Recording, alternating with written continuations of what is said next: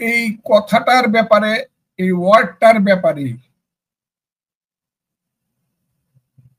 মানুষ খুব ইন্টারেস্টেড না, এবং মানুষের সঙ্গে আমিও খুব ইন্টারেস্টেড।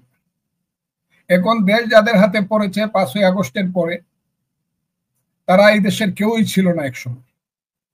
তাদের বেশিরভাগ বিদেশ থেকে উড়ে এসে, ইউনূস সাহেব সহ, তারা এই দেশটাকে মনে করছে তাদের একটা শস্যক্ষেত্র, এবং এটাকে যে কোনোভাবে ভোগ করার জন্য তারা দেশটাকে নিয়ে একটা তামাশা করছে বলেই মানুষ মনে করে।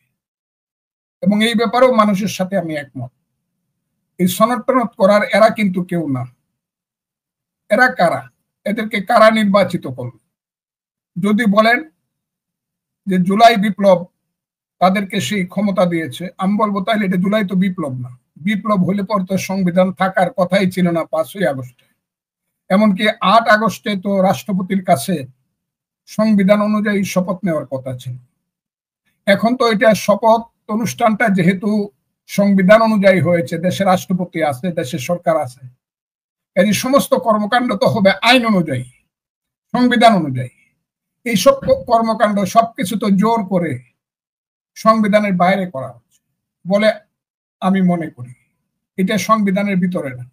তারা আজকে যেটা করছে, আরেকদিন যদি কোনো শক্তি কোনো কারণে এইরকম জুলাই আগস্ট বিপ্লব করে আবার যদি ক্ষমতায় আসতে পারে, তখন তারা আরেকটা সনদ করবে। এই যে তামাশা করা দেশটাকে নিয়ে, এই দেশটাকে নিয়ে যে একটা বিদেশি চক্রান্তের খেলা শুরু হয়েছে, সেই খেলারই অংশ হলো আমি মনে করি জুলাই সনদ। আমি এটা বিশ্বাসও করি না, এবং এটার ব্যাপারে আমার কোনো ইন্টারেস্ট নাই। এটা যারা করছে এরা শুধু তাদের ক্ষমতাকে প্রলম্বিত করতে চায়, তাদের ক্ষমতা ভোগ করতে চায়, এবং এদের পিছনে একটা কালো শক্তি। দেখেন কালো শক্তিটা কেমন, আমি বারবার বলছি, সেই জামাত যারা মুক্তিযুদ্ধের বিরোধী ছিল, স্বাধীনতা সংগ্রামকে যারা কোনোদিনই সমর্থন করে নাই, আজকে সেই চক্রান্ত করে দেখেন নিজেরা এসে দস্তখত করলো। আবার তাদের যে সেই ছেলে পেলে যারা এনসিপি বলা হয়, তাদেরকে বলে দিল তোরা আন্দোলন কর। তাদেরকে পুলিশ লাঠিপেটা করলো, যেটা আমি সমর্থন করি না। রক্তাক্ত করলো, সেটা তো নাই, আমি করি না। কিন্তু ছেলেদেরকে বাইরে রেখে তারা আবার নিজেরা আইসা, এখন আবার জামাত দেখলাম, জামাতের আমির জনাব ডাক্তার শফিকুর রহমান সাহেব আবার দেখলাম, আহা কত খারাপ কার্য হয়ে গেছে। এটা নিয়ে আবার চিন্তা করতে হবে। এই যে একটা দীর্ঘস্থায়ী প্রক্রিয়া, একটা বিনা কারণে একটা দেশের শত শত কোটি টাকা খরচ করে, একটা দেশের মানুষকে বিভ্রান্ত করে, একটা দেশকে অনিশ্চিত অবস্থায় রেখে এই দেশটাকে জাহান্নামে পাঠিয়ে দিয়ে এরা যে খেলাটা খেলছে, একদিন কিন্তু জনগণ জাগবে, এবং সেই জনগণ একদিন কিন্তু তার বিচার করবে। কথাটা আমি বলে দিলাম। এদের এইসব ব্যাপার কিন্তু কোনোটাই পার পাবে না। এখন আপনারা বলতে পারেন আপনার দল বিএনপি তো এখানে গিয়ে দস্তখত করছে, বিএনপি দস্তখত করছে, দল যেহেতু দস্তখত করছে, আমি দলের এই ব্যাপারে সমালোচনায় যাব না।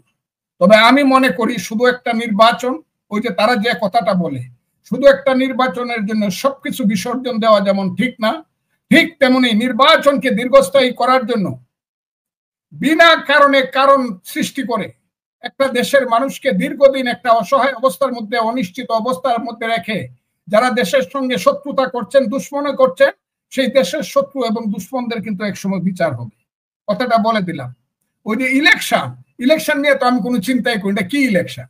কার ইলেকশন? কারা কারা ইলেকশন করবে? বিএনপি তো করতেই চায় ইলেকশন, কারণ জানে বিএনপি যে ভোট করলে বিএনপি রাষ্ট্র ক্ষমতায় যাবে, তারা দায়িত্ব পাবে, কারণ তারা মেজরিটি সিটে পাস করে, এটা বিএনপি জানে। যদিও ভোটটা এখনো মানুষের কাছে রয়ে গেছে, মানুষ কিভাবে দেখছে এখন আর বলা যাচ্ছে না, কারণ সবকিছু ধুলায় অন্ধকার হয়ে গেছে। দেশ সবকিছু কুয়াশাচ্ছন্ন ধোঁয়াচ্ছন্ন হয়ে গেছে। এইভাবে কে কোথায় কি করছে আমরা তো জানি না, কারণ আমরা এখন দেখতেছি এইটার চেয়েও ওই যে জুলাইয়ের কি সনদ, জুলাই মুলাই সনদ, এইসব সনদের চেয়ে এখন সবচেয়ে বড় কথা হয়ে দাঁড়াইছে এই দেশের সেনাবাহিনীর সঙ্গে সরকারের যে সম্পর্ক, মানুষের যে সম্পর্ক, আইন আদালতের যে সম্পর্ক এখন সৃষ্টি হচ্ছে, এবং দেশের সামরিক বাহিনীকে যে বিনা কারণে, আমি বলতে চাই না, সামান্য কারণে দেশের সামরিক বাহিনীকে বিভ্রান্ত করা, সামরিক বাহিনীকে প্রশ্নবিদ্ধ করা, এবং দেশের সার্বভৌমত্বের প্রতীক সামরিক বাহিনীকে অপমান করার যে খেলা, আইসিটি নামক একটা দরবার, বিচারালয়, যেটার কোনো আইনগত ভিত্তি নাই, যেটা সৃষ্টি হয়েছিল যুদ্ধ অপরাধী পাকিস্তানিদের বিচার করার জন্য, পাকিস্তানিদের সহযোগীদের বিচার করার জন্য, আলবদর রাজাকার আল সন্দ হত্যাকে দালালদের বিচার করার জন্য, সেই একটা আদালতকে রেখে এইটাকে নিয়ে যা চলছে, আমি জানি না আল্লাহ কি করে, কিন্তু আমার বিশ্বাস এই ধরনের আইনের নামে বেআইনি কার্যকলাপ এবং দেশকে একটা অপমানের দিকে ঠেলে দেওয়া, প্রতিদিন রাত্রে ঘুমাতে পারি নাই, ওই জেনারেলরা কোথায় চলে যাচ্ছে, জেনারেলরা জেলখানায় যাচ্ছে, জেনারেলরা হাত জোর করে এসে দাঁড়াইতে হবে, একটা ছেলে বারবার যার 2 পয়সার অবদান নাই দেশের ব্যাপারে, 2 পয়সা, আলবদর রাজাকারদের পরিবারের ছেলেপেলেরা এখন সেই সব আইন আদালতের মালিক হইয়া কার কার ক্ষমতায় কি যেন কি করছে, দেশটাকে একটা এমন একটা পরিবার সৃষ্টি করছে যে আজকে সামরিক বাহিনী ধ্বংস হয়ে যাওয়ার অবস্থা হয়েছে। এই দেশে সামরিক বাহিনীর বিচার কিভাবে হয়, আমরা এই দেশের আইনজীবী আমরাও কিছু জানি। নতুন নতুন আইন করে, নতুন নতুন অর্ডিন্যান্স করে, ওই নতুন নতুন বিচারের প্রক্রিয়া করে নিজের ইচ্ছা মতো বিচার করার নাম তো বিচার না। আমি মনে করি দেশে যা চলছে এটা কোনো দেশ না, এটা ইলেকশন হইলো কি হইলো না, কবে হইলো বা হবে না, এইটা নিয়ে আমার কোনো মাথা ব্যথা নাই। তবে আমি এটা মনে করি ইউনূস সাহেবের যাওয়া দরকার, ইউনূস সাহেবের সরকারের যাওয়া দরকার।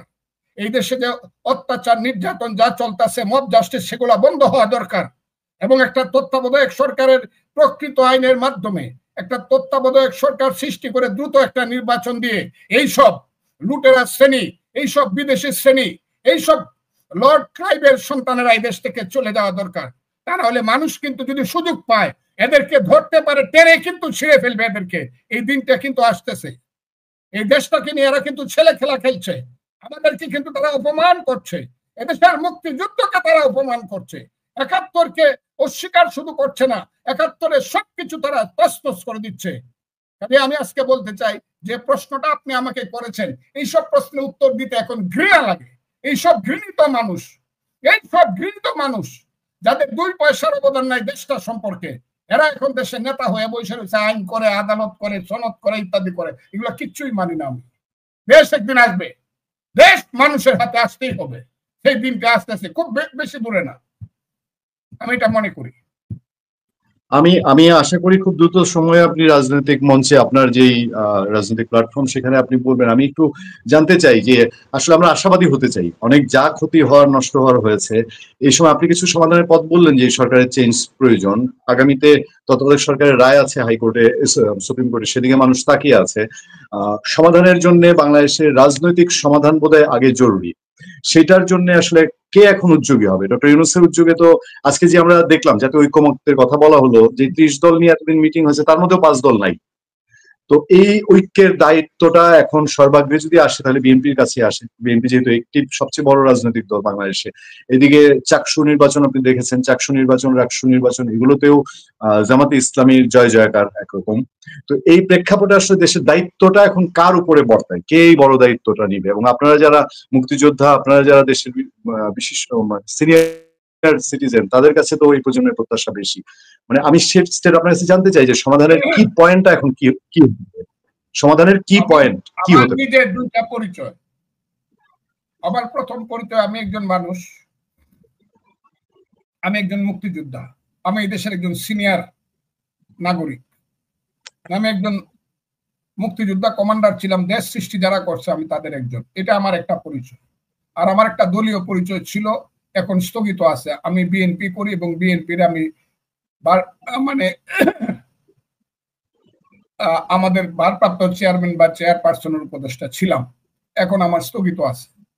2টা কথা বলতে গিয়ে মানুষ হিসাবে যদি আমি কথা বলি, এই দেশটার জন্য আমি যুদ্ধ করি নাই, এটা আমার দেশ। আমার বিশ্বাস ছিল ইউনূস সরকার যে ধরনের মানে বাজে খেলা খেলতেছে, ইউনূস সরকারের যে বিদেশি পাসপোর্টধারীরা, আজকে দেখলাম তো সবাই তো বিদেশি, মিটিং পরিচালনা করছে বিদেশি, সভাপতিত্ব করছে বিদেশি, কথা বলছে বিদেশি, মাপ চাইছে বিদেশি, সবাই কালে আমি বিদেশি দেখলাম, দেশের কাউকে আমি দেখলাম না। দেশের যারা আছে যারা, এরা নাকি নেতা, আমার কাছে কেমন কেমন লাগে, এরা নাকি নেতা, এরা অনেক বড় নেতা, এটাও ঠিক, কিন্তু এরা যেভাবে অসহায়ের মতো বসে থাকে, আমার কাছে এটা লজ্জাই লাগে। এই ধরনের রাজনীতি করার কোনো শিক্ষা আমি কোনোদিন পাই নাই, এই কালচার আমার মধ্যে নাই। আমি মনে করি ওই যে কিছু চাওয়া পাওয়া, সামান্য একটু হাসি ফুর্তি, সামান্য একটু অনুগ্রহ অনুগত ভাজন হওয়ার জন্য জীবনের সবকিছু শেষ করে দেওয়া, দলের আদর্শ নীতি সবকিছু শেষ করে দেওয়ার নাম হলো রাজনীতি নয়, এর নাম হলো বিশ্বাসঘাতকতা। আমার দলের আরো, যেমন আমার দলের কোনো মিটিং, ওয়ার্কিং কমিটির মিটিং এ কোনো সিদ্ধান্ত হয় না। আমার এখন এটা বলার আর অধিকার নাই, যেহেতু আমি দল থেকে এখন সাময়িকভাবে বরখাস্ত। হইলে দলের ভিতরেই বলতাম, বাহিরে বললে আবার বলবে আপনি দলের মানুষ হয়ে দলের সমালোচনা কেন করেন। কিন্তু আমার কেন জানি মনে হয় আমার দল এবং আমার দলের নেতৃত্বে আজকের প্রেক্ষাপটে অনেক কিছু করার ছিল যা তারা করছে না, এবং এইটার জন্য কিন্তু একদিন বিএনপিকে একদিন জবাবদিহি করতে হতে পারে ইতিহাসের কাছে, যে আপনার যখন প্রয়োজন ছিল, কথা বলার প্রয়োজন ছিল, দায়িত্ব নেওয়ার প্রয়োজন ছিল, পদক্ষেপ নেওয়ার, সঠিক পদক্ষেপ নেওয়ার প্রয়োজন ছিল, কি কারণে যেন আপনি সবকিছুর মধ্যে আপনি কম্প্রোমাইজ করে বসেছিলেন শুধু একটা কি পাওয়ার জন্য যেন। এই কথাটা কিন্তু একদিন ইতিহাসের কাছে বিএনপিকে জবাবদিহি করতে হবে, কারণ আমি জানি বাংলাদেশ এইভাবে থাকবে না। বাংলাদেশ হয় ইউনূস সাহেবরা, কথাটা খুব ক্লিয়ার করে বলি, হয় ইউনূস সাহেবরা চক্রান্তের মাধ্যমে আন্তর্জাতিক যে বড় শক্তি আছে তাদের মাধ্যমে বাংলাদেশটাকে একটা রক্ষিতা বানায়া, বাংলাটা খুব কঠিন বলে ফেললাম, এই আমার মাকে রক্ষিতা বানাইয়া সুন্দর শাড়ি পরাইবো, সেন্ট মার্টিন দ্বীপ দিয়া দিব, চট্টগ্রাম বন্দর দিয়া দিব, করিডোর দিয়া দিব, আমার দেশে বিদেশি সৈন্য আসবে, আমার দেশ সবকিছু বিদেশের সিদ্ধান্তে চলবে, আমার দেশটা হয়ে যাবে একটা পরাধীন দেশ, আমার দেশের মেয়েরা হয়ে যাবে, অনেক মেয়েরা হয়ে যাবে পণ্য। সেইরকম একটা দেশ ইউনূস সাহেবরা বানাইতে চাচ্ছে চক্রান্তের মাধ্যমে। মধ্যপ্রাচ্যে যেমন করে সে স্টিমার লাগায় বৈশা আছে 50 বছর, 60 বছর, 70 বছর ধরে দ্বিতীয় মহাযুদ্ধের আগ থেকে আমেরিকা যেমন করে east Asia, south east Asia, সেই ফিলিপাইন থেকে ইন্দোনেশিয়া পর্যন্ত সবকিছু দখল করে ফেলেছিল এক সময়। আজকে বঙ্গোপসাগর এবং শান্ত মহাসাগর দখল করে চীন ভারতের বিরুদ্ধে একটা কৌশলগত অবস্থান নেওয়ার জন্য ইউনূস সাহেবকে গুটি হিসাবে ব্যবহার করছে, বাংলাদেশকে তাদের হাতের পুতুল হিসাবে ব্যবহার করছে বাংলাদেশ সরকার।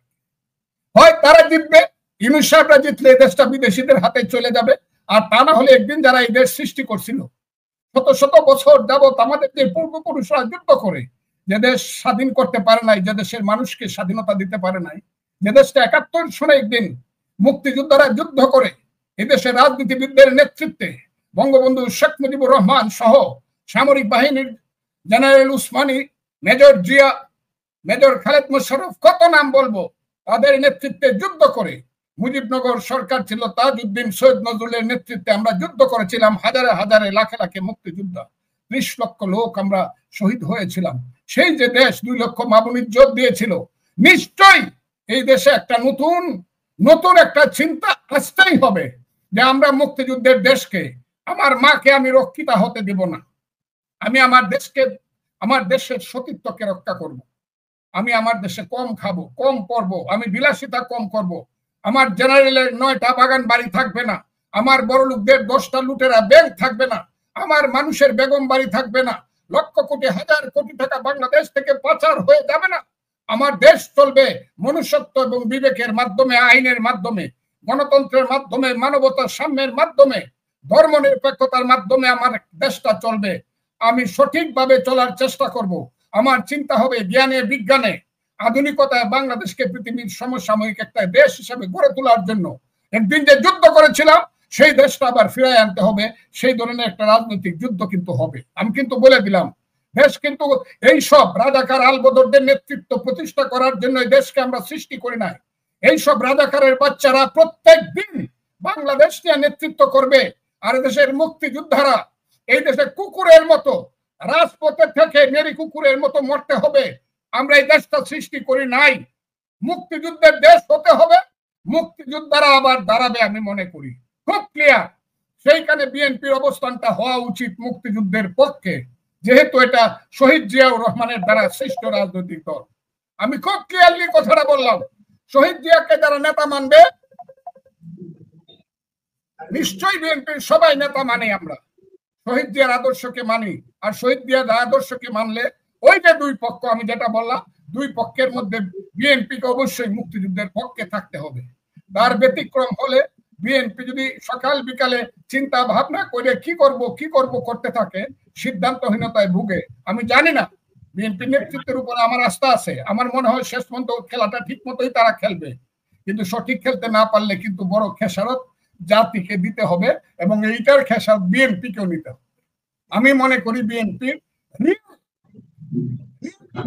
সিদ্ধান্ত এবং পদক্ষেপ নেওয়ার সময় আসছে। ওই সারাদিন মানুষ শুধু নির্বাচন নির্বাচন নির্বাচন করিয়া কই নির্বাচন পড়ে রয়েছে। হ্যাঁ, বিয়াই করছি না, আগে হাড়ি পাতিল কোথায় কিনতে হবে, গাই কোথায় কিনবো, বাছুর কত দুধ দিবে, এইগুলো নিয়ে চিন্তা ভাবনা শুরু হয়েছে। দেশ শেষ হয়ে যেতেছে, দেশের সমস্ত কিছু ধ্বংস হয়ে যাচ্ছে, দেশ পরাধীন হয়ে গেছে, দেশ এখন বিদেশিরা চালায়। বিএনপির এই জায়গাতে চিন্তা করা উচিত আমি মনে করি, এবং আমার বিশ্বাস আমাদের দলের নেত্রী আল্লাহর রহমতে সুস্থ হবে বা সুস্থতার পথে আছে। আমাদের নেতা জনাব তারেক রহমান সাহেব আছেন, আমাদের স্থায়ী কমিটির সদস্যরা আছেন, খুব গভীরভাবে চিন্তা করিয়া পদক্ষেপ বের। ওই যে ছেলের মতে আছাড় খাওয়া, ছেলে পেলেরা যা কইব তাই হবে দেশে, আর মুক্তিযুদ্ধের রাজাকাররা যা কইব তাই দেশে হইতে হবে, এটা কিন্তু শেষ কথা না। শেষ কথা কিন্তু আরো আছে, শেষ কথা কিন্তু আরো আছে, কথাটা বলে দিলাম। এটা যারা বুঝে না, যাদের এই দূরদৃষ্টি নাই, দিব্য দৃষ্টি নাই, তাদের রাজনীতি করা উচিত না। আমি অত্যন্ত বিনয় এবং সম্মানের সঙ্গে জানাতে চাই জনাব ফজলুর রহমান, আমরা সরাসরি লাইভ অনুষ্ঠান আছে, আমাদের এই লাইভ শোতে আমাদের অনেক দর্শক অনেক কমেন্ট করছেন। আমি যদি আপনার অনুমতির সাপেক্ষে অনুমতি দেন, আমি কয়েকটা কমেন্ট একটু আপনাকে শোনাতে চাই। নিশ্চয়ই আপনাকে উদ্দেশ্য করেও কিছু কমেন্ট আছে, যদি 1 মিনিট বা 1.5 মিনিট, 3-4টার বেশি, অসংখ্য কমেন্ট, শত শত কমেন্ট এসছে। যদি আপনি অনুমতি দেন, আপনার অনুমতির সাপেক্ষে আমি 2-3টা কমেন্ট একটু পড়তে চাই। আমার মনে হয় এর মধ্যে দর্শকদের প্রতি আমাদের একটু সম্মান জানানোর বিষয় থাকে। আপনার অনুমতি চাচ্ছিলাম জনাব ফজলুর রহমান। অন্তত 5 থেকে 7টা কমেন্ট আমি দেখেছি। সেলুট বীর মুক্তিযোদ্ধা অ্যাডভোকেট ফজলুর রহমান, তারপর লড়াই লড়াই লড়াই চাই, জয় বাংলা, এই স্লোগানগুলো তো আছেই। এগুলো নিশ্চয়ই আওয়ামী লীগ সমর্থক, বিএনপি সমর্থক, সব দলের সমর্থকই আমাদের এখানে তারা করছেন। বিরচিত অভিনন্দন বীর মুক্তিযোদ্ধা ফজলুর রহমান জিন্দাবাদ। তারপর আরো অসংখ্য কমেন্টে এই সরকারের সমালোচনা করেছেন। আমি তার মধ্যে থেকে উল্লেখযোগ্য বীর বাঙালি অস্ত্র ধরো, বাংলাদেশ আবার স্বাধীন করো, দেশ নিয়ে খুব হাপিত্তিশ করছেন অনেকেই। ফজলুর রহমান ভাইয়ের মতো বীর নেতৃবৃন্দ এখন আমাদের ভরসা। অনেক পরে আসলেন, অনেকদিন পরে আসলেন, অপেক্ষা করছিলেন আমাদের দর্শকরা অনেক দীর্ঘ সময় অপেক্ষা করেন আমাদের বীর মুক্তিযোদ্ধা ফজলুর রহমানের রাজনৈতিক বিশ্লেষণ জানার জন্য। আমি শেষ করতে চাই একটা অংশ দিয়ে, এই বিষয়ে যেহেতু দীর্ঘ সময় আমাদের দর্শকরা আপনাকে পাননি। আপনি জানেন যে এই সরকারের এখন যারা উপদেষ্টা পরিষদ আছেন, তাদেরকে নিয়ে গত কিছুদিন ধরে খুব কথাবার্তা চলছে। এই উপদেষ্টা পরিষদকে এখন আমরা যদি মোটা দাগে বলি, বিএনপিও বিশ্বাস করে না, জামাতে ইসলামী বিশ্বাস করে না, এনসিপিও বিশ্বাস করে না। বিএনপি অনেক আগে থেকে অভিযোগ করেছে যে উপদেষ্টা পরিষদে জামাতের মানুষজন আছেন এবং তারা অনেকে নিরপেক্ষতা হারিয়েছেন। এনসিপি রিসেন্টলি অভিযোগ করছে আনুষ্ঠানিকভাবে, তারা দল হিসাবে করেছে, তাদের নাহিদ ইসলাম বলেছে যে উপদেষ্টারা এক্সিট খুঁজছেন সাংঘাতিকভাবে এবং বিভিন্ন রাজনৈতিক দলের সঙ্গে ব্যালেন্স করছেন। জামাত বলছে তাদের কাছে কল রেকর্ড আছে উপদেষ্টাদের, যেখানে তারা জানে যে তারা অন্য দলকে সাপোর্ট করার চেষ্টা করছে। আর সাধারণ মানুষের মধ্যে সবচেয়ে বেশি আলোচনা উপদেষ্টাদের কারো কারো দুর্নীতিতে জড়িয়ে যাওয়ার অভিযোগ।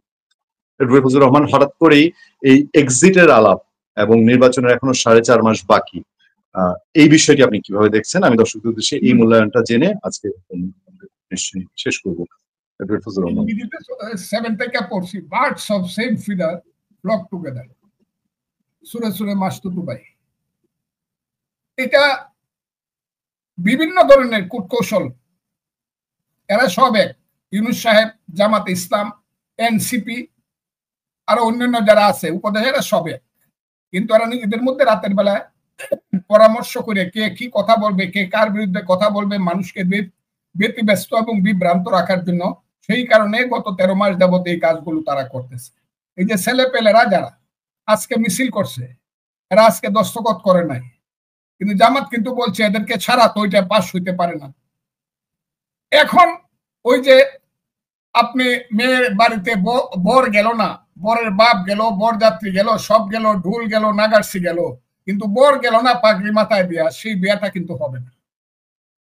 এই দেশের রাজনীতিতে ইউনূস সাহেব বর বানাইছে হলো এই ছেলেপেলেদেরকে, যারা 3টা জেনারেশনকে ধ্বংস করে দিছে, আমার জাতিকে ধ্বংস করে দিছে, চোর চোরটা বাটপার গুন্ডা বদমাইশ লুটেরা হিরোইন চিক থেকে ধরে যত কিছু আছে, আমি এই ছেলেদের কথা বলছি না, সবাই কিন্তু ওই যে বৈষম্য বিরোধী সমন্বয়ক এনসিপি এই নামে চলতেছে কিন্তু সারা দেশব্যাপী। কাজে এদেরকে বাদ দেয় জামাত বা ইউনূস সাহেব কোনো জুলাই সনদ পাস করে ফেলবে এটা আমি মনে করি, এবং এটা হবে না। আপনি দেখেন এই ছেলেরা খুশি করার জন্য আবার না বর রে না নিলে শুধু বরযাত্রী দিয়ে কি বিয়ে হবে, ওদের আবার কিন্তু ওই ডাকাডাকি শুরু হবে, এবং এইটা একটা দীর্ঘস্থায়ী প্রক্রিয়া।